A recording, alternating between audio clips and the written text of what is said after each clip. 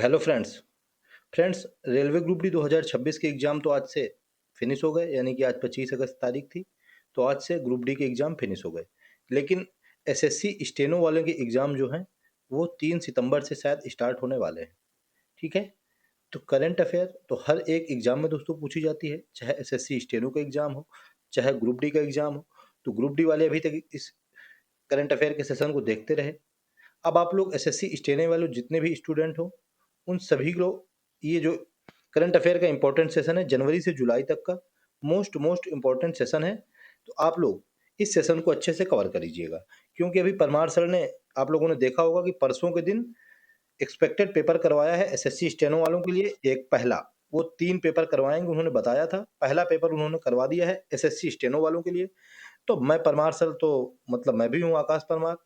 तो अब उन्होंने अगर जीके का पूरे 50 क्वेश्चन का एक्सपेक्टेड पेपर करवाया है, तो मैं आप लोगों के लिए करंट अफेयर का टॉप 20 क्वेश्चंस का एक जनवरी से जुलाई तक का इंपॉर्टेंट सेशन लेकर के आ गया हूँ। आप लोग इसको भी अच्छे से कवर करिए और परमार सर का वो जो जीके जीएस का एक्सपेक्टेड पेपर है वो भी कवर करिए। ठीक है? तो चलिए हम लोग बिना बातचीत के पहले इसको शुरू करते हैं, देखते हैं। क्योंकि परमार सर अगर ज़्यादा देर स्टार्टिंग में बातचीत करेंगे भी तो उनकी चल जाएगी, मेरी नहीं चलेगी। ठीक है? चलिए देखते हैं क्वेश्चन फर्स्ट। कह रहा है कि where did prime minister Narendra Modi inaugurate India's first digital tribal freedom fighters museum. प्रधानमंत्री नरेंद्र मोदी ने पहले डिजिटल जनजातीय स्वतंत्रता सेनानी संग्रहालय का उद्घाटन कहां पर किया है? इसको जनजातीय कहिए या इसको आदिवासी भी कहिए। ठीक है? आदिवासी स्वतंत्रता संग्रहालय भी हम लोग कह सकते हैं, सेनानी संग्रहालय। इसका उन्होंने जो उद्घाटन किया है, इनाग्रेशन किया है, वो अटल नगर नवा रायपुर में किया है। नवा रायपुर यानी कि छत्तीसगढ़। छत्तीसगढ़ की कैपिटल क्या है? रायपुर। सी नंबर ऑप्शन बिल्कुल करेक्ट आंसर हो जाएगा। ठीक है? इस जनजातीय जो स्वतंत्रता सेनानी संग्रहालय है, इसका नाम शहीद वीर नारायण सिंह स्मारक सेनानी संग्रहालय भी रखा गया है। मैं यहाँ पे लिख देता हूँ, शहीद वीर नारायण सिंह। बस इतना आप लोग याद रखिएगा, वीर नारायण सिंह स्मारक सेनानी मतलब स्वतंत्रता सेनानी संग्रहालय। ये जो शहीद वीर नारायण सिंह थे, ये दोस्तों छत्तीसगढ़ के पहले ऐसे स्वतंत्रता सेनानी थे जो 1857 की क्रांति में मतलब शहीद हुए थे। फर्स्ट स्वतंत्रता मतलब सेनानी थे कौन? शहीद वीर नारायण सिंह। ठीक है? ये आप लोग याद रखिएगा। ये जो प्रदर्शनी हुई, इसमें लगभग 650 मूर्तियों की प्रदर्शनी की गई, लगभग 14 आर्ट गैलरियों की प्रदर्शन की गई। और दोस्तों इसमें डिजिटल गैलरी, वीएफएक्स तकनीक, क्यूआर कोड और मतलब डिजिटल प्रोजेक्शन जैसे मतलब सभी प्रोजेक्शन शामिल थे। ये जो वीर नारायण सिंह थे, ये दोस्तों गोंड जाति से मतलब गोंड आदिवासी थे। ठीक है? गोंड जाति से निवास मतलब समुदाय से बिलोंग करते थे। ये भी याद रखिएगा। अटल नगर नवा रायपुर छत्तीसगढ़ में पहला है भारत का डिजिटल जनजातीय स्वतंत्रता संग्रहालय है। इसका उद्घाटन किया है, याद रखिएगा, मोस्ट इंपॉर्टेंट है। चलिए नेक्स्ट क्वेश्चन देखते हैं हम लोग। Question number second. आप लोग दोस्तों अगर चैनल पर नए हो तो चैनल को बिना सब्सक्राइब किए हुए मत रहिएगा। ठीक है? क्योंकि अगर उधर जीके जीएस का सेशन आप लोग देख रहे हैं परमार सर का, तो इधर ये आप लोग देखिए आकाश परमार आप लोगों को इधर भी दिखाई दे रहा होगा। इधर आप लोग करंट अफेयर का इंपॉर्टेंट सेशन देखते जाइए। देखते हैं क्वेश्चन सेकंड। कह रहा है कि which Indian city has been included in the UNESCO list of creative cities of gastronomy. Gastronomy क्या होता है? गैस्ट्रोनॉमी होता है दोस्तों पाक रचनात्मक। ठीक है? रचनात्मक शहरों में आता है पाक कला के, क्रिएटिव सिटी के। गैस्ट्रोनॉमी रचनात्मक शहर, ये दोस्तों लखनऊ को शामिल किया गया है। बी नंबर ऑप्शन क्या हो जाएगा? बिल्कुल करेक्ट आंसर हो जाएगा। ये क्रिएटिव शहर में शामिल होने वाला दोस्तों सेकंड नंबर का शहर लखनऊ का बना है 31 अक्टूबर 2025 ईस्वी को। कब? 31 अक्टूबर 2025 को। 31 अक्टूबर को क्या होता है? विश्व शहर दिवस होता है। ये भी याद रखिएगा। हम लोगों से पूछ सकता है कि वर्ल्ड सिटी डे कब होता है? तो वो होता है 31 अक्टूबर को, उज्बेकिस्तान समरकंद में। मैं यहाँ पर समरकंद लिख दूंगा, आप लोगों को पता चल जाएगा कि ये उज्बेकिस्तान में है, UGBE। बस इतने में काम चल जाएगा। इसी में दोस्तों इसको शामिल किया गया, मतलब उज्बेकिस्तान समरकंद में 31 अक्टूबर 2025 को विश्व शहर दिवस की जो मतलब चल रही थी कि यूनेस्को के द्वारा आयोजन, उसी में इसको शामिल किया गया लखनऊ में। बी नंबर ऑप्शन हम लोगों को क्या हो जाएगा? करेक्ट आंसर हो जाएगा। ठीक है? लखनऊ को क्यों शामिल किया गया है? इसके प्रसिद्ध अवधी व्यंजनों के लिए। अवधी व्यंजन में आते कौन कौन से हैं? अवधी व्यंजन में दोस्तों एक तो आता है कबाब और एक आता है बिरयानी, और दोस्तों कुछ और होंगे, लेकिन सभी नॉन वेज वाले आइटम ज़्यादा हैं। ठीक है, याद रखिएगा। फर्स्ट शहर कौन सा था? आप लोगों ने देखा कि ये तो सेकंड है, तो फर्स्ट शहर दोस्तों हैदराबाद था।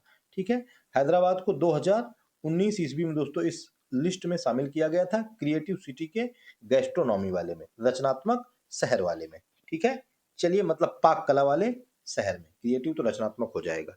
चलिए नेक्स्ट क्वेश्चन देखते हैं, क्वेश्चन नंबर थर्ड देखते हैं। थर्ड नंबर क्वेश्चन कह रहा है कि किस देश में अल नीनो के प्रभाव से उत्पन्न भीषण सूखे के बाद भारत ने मानवीय सहायता के रूप में 1000 मीट्रिक टन चावल भेजा है? कितना चावल भेजा है? 1000 मीट्रिक टन। दोस्तों ऑप्शन में दिए हुए हैं दो ऑप्शन जो कि करेक्ट है। पहला ऑप्शन मलावी, दोस्तों ये मालावी लिखा हुआ है तो ये मलावी है, ये करेक्ट हो जाएगा। दूसरा ऑप्शन दोस्तों जिम्बाब्वे भी करेक्ट है। दोनों देशों को दोस्तों भारत ने एक एक हजार मीट्रिक टन चावल भेजा था। अगर ऑप्शन में इन दोनों में से कोई एक दिया हो तो उसको लगा दीजिएगा, अगर दोनों दिए हो तो फिर मलावी को हम तो कह रहे हैं कि ज्यादा लगाइएगा, क्योंकि बुक में तो स्पीडी में दोस्तों मलावी ही दिया हुआ था। ठीक है, मैं आप लोगों को पता है कि स्पीडी कवर कराता हूँ, तो स्पीडी में दोस्तों मलावी ही दिया हुआ था। ठीक है, जिम्बाब्वे नहीं दिया था, लेकिन जब मैंने अच्छे से इसको देखा, सर्च किया, तो दोस्तों मलावी और जिम्बाब्वे दोनों था। ठीक है, 1000 मीट्रिक टन चावल भारत ने भेजा है। अल नीनो का प्रभाव क्या होता है, अब हम लोग इसके बारे में जरा थोड़ा सा जान लेते हैं। अल नीनो क्या है दोस्तों, अल नीनो के प्रभाव से जो भूमध्य रेखा वाला, भूमध्य रेखा कितनी होती है दोस्तों? भूमध्य रेखा होती है 0 डिग्री वाली। तो भूमध्य रेखा वाला जो प्रशांत महासागर होता है वो दोस्तों गर्म हो जाता है। ठीक है, भूमध्य रेखा वाला जो प्रशांत महासागर होता है वो क्या होता है? गर्म हो जाता है। यही अल नीनो का प्रभाव है।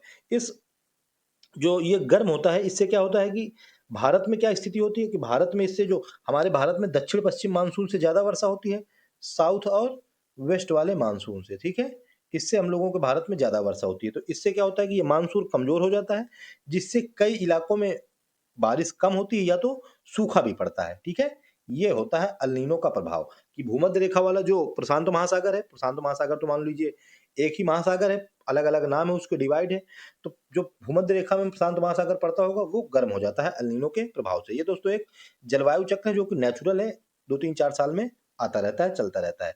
अल नीनो को दोस्तों स्पेनिश भाषा में क्या कहा जाता है? इसको छोटा लड़का या बाल ईसु भी कहा जाता है। वही ईसु भगवान, बाल ईसु, यानी कि मैं यहाँ पे यीशु लिख देता हूँ। ठीक है, ये भी हम लोगों से क्वेश्चन पूछ लेता है कि इसको मतलब कहा क्या जाता है, इसका मतलब क्या होता है। ठीक है, तो ये भी याद रखिएगा।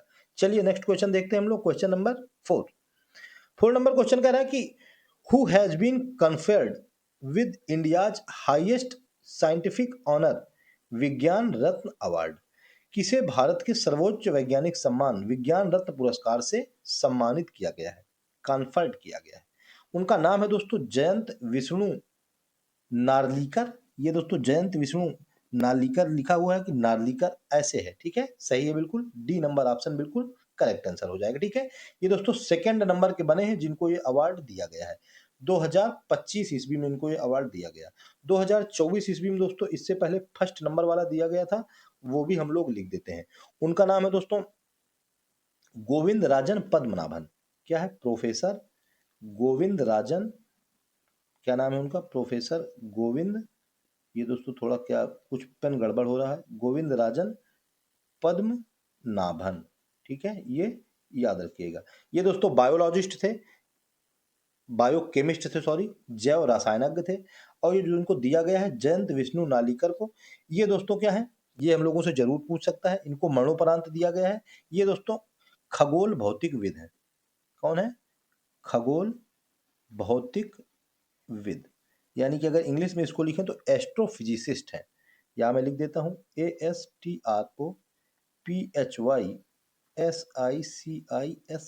एस्ट्रोफिजिसिस्ट। ये कौन है? जयंत विष्णु नालिकर। ठीक है, और इसके पहले 2024 में दिया गया था प्रोफेसर गोविंद राजन पद्मनाभन को। ये दोस्तों बायोकेमिस्ट थे। कौन थे ये? बायोकेमिस्ट। ठीक है, ये भी याद रखिएगा। चलिए नेक्स्ट क्वेश्चन की तरफ चलते हैं, क्वेश्चन नंबर 5 की तरफ। 5 नंबर क्वेश्चन कह रहा है कि where was the Asia Pacific cities summit? कौन सी? Asia Pacific cities summit 2025 organised recently. हाल ही में एशिया प्रशांत शहर शिखर सम्मेलन 2025 कहां आयोजित किया गया है?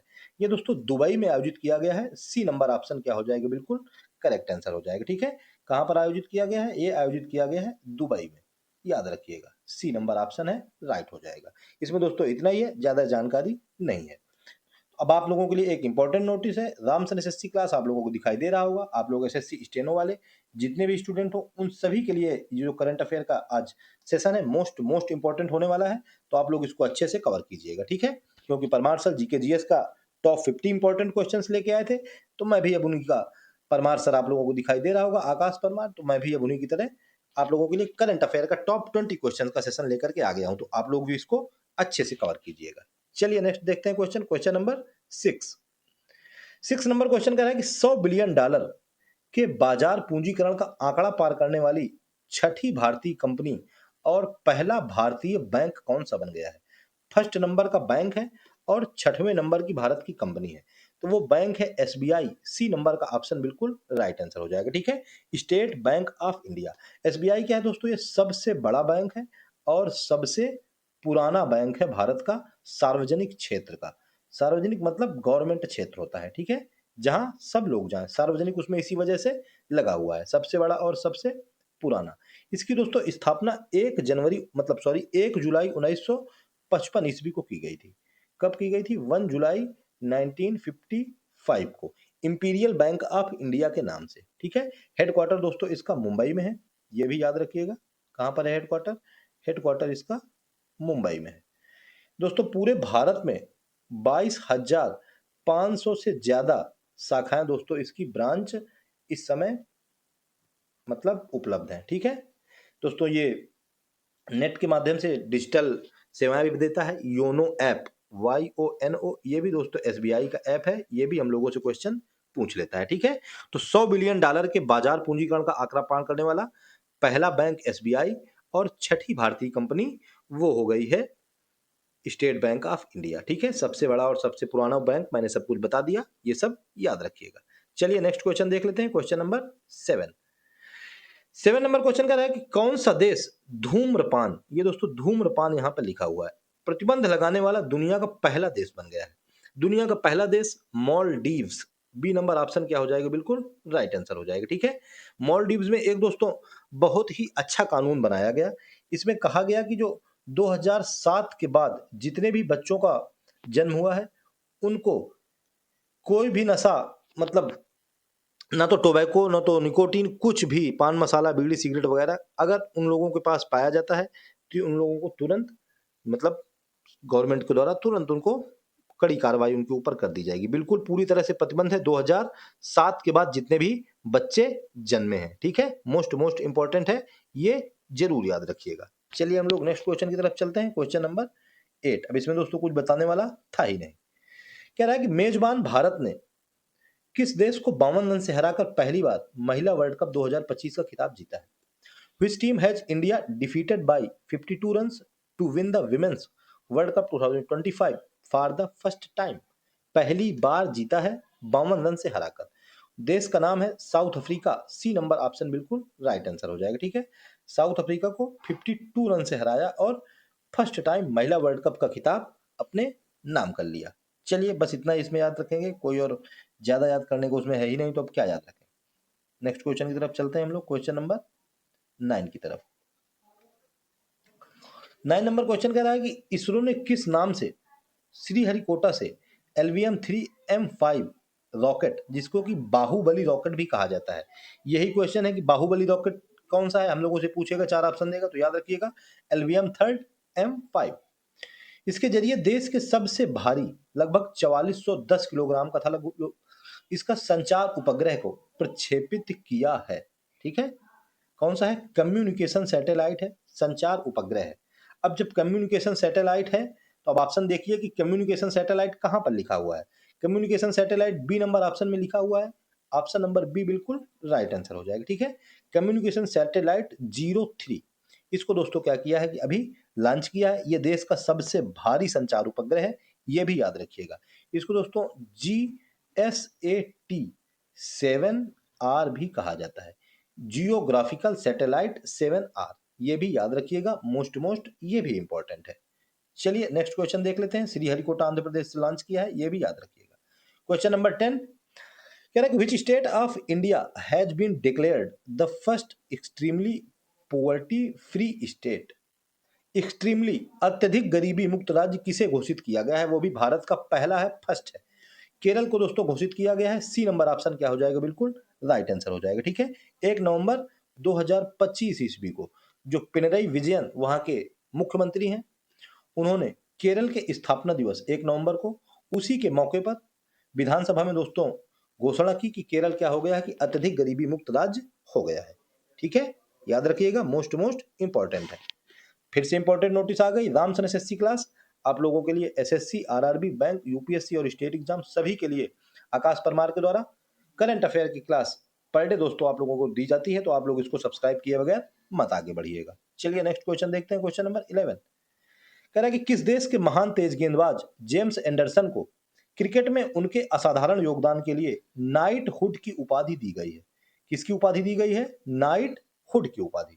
नाइट हुड की उपाधि दोस्तों आप लोगों को याद होगा कि सबसे पहले भारत में दी गई थी हमारे एक लोगों को, आप लोगों को याद होगा, उनका नाम है रविंद्रनाथ टैगोर। क्या नाम है उनका, उनका नाम है रविंद्रनाथ टैगोर। इनको दोस्तों नाइटहुड की उपाधि दी गई थी 1915 ईस्वी में। ये दोस्तों क्या थे, महान कवि थे। ठीक है, इसी की वजह से इनको दी गई थी।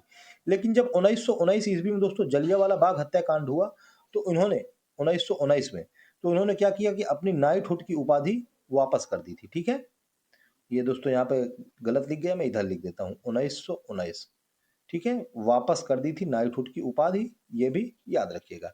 अभी हमसे पूछ रहा कि किस देश के तेज गेंदबाज है जेम्स एंडरसन।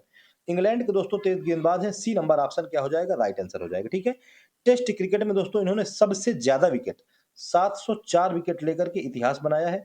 इसी वजह से नाइटहुड की उपाधि उनको दी गई है। नाइटहुड की उपाधि ब्रिटेन के राजशाही परिवार द्वारा दोस्तों दी जाती है अगर विशिष्ट सेवा है या विशिष्ट उपलब्धि है उसी के लिए।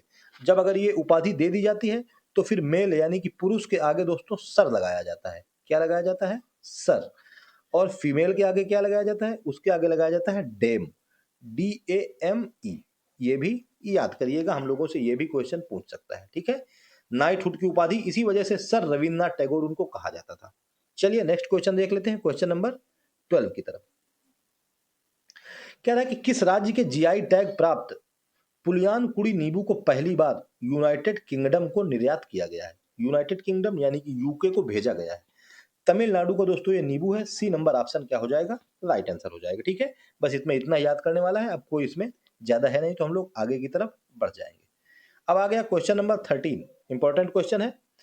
कह रहा है कि in honour of which former chief minister has the Uttar Pradesh government announced to create its 76th district.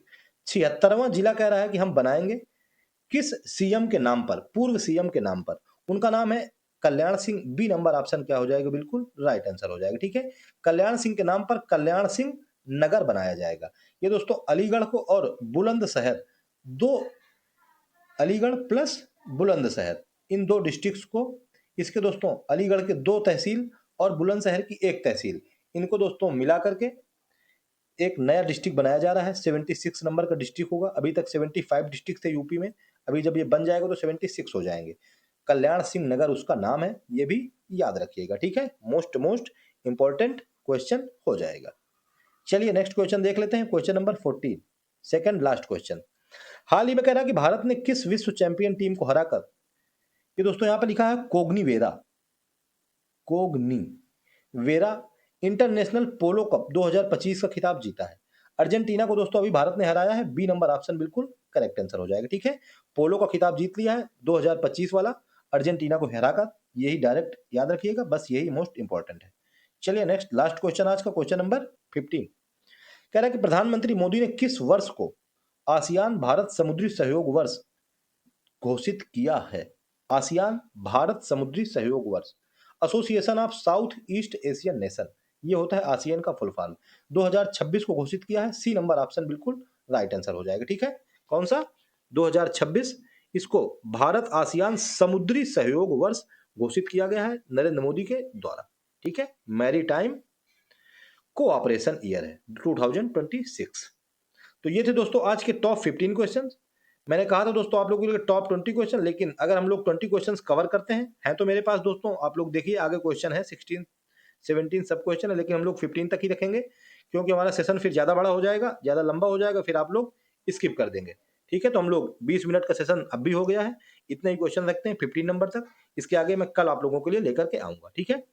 तो आप लोग दोस्तों इस सेशन को अच्छे से कवर करिए, अच्छे से तैयार करिए और मुझको कमेंट करके ज़रूर बताइएगा कि आप लोगों को क्लास कैसी लगी। ये दोस्तों बस थोड़ा अभी मैंने बताया राइटिंग का इश्यू रहता है, थोड़ा अच्छे से आप लोगों को दिखाई नहीं देता है, तो मैं इसका भी दोस्तों परमानेंट सॉल्यूशन निकालने वाला हूँ 2-4 दिनों के अंदर-अंदर।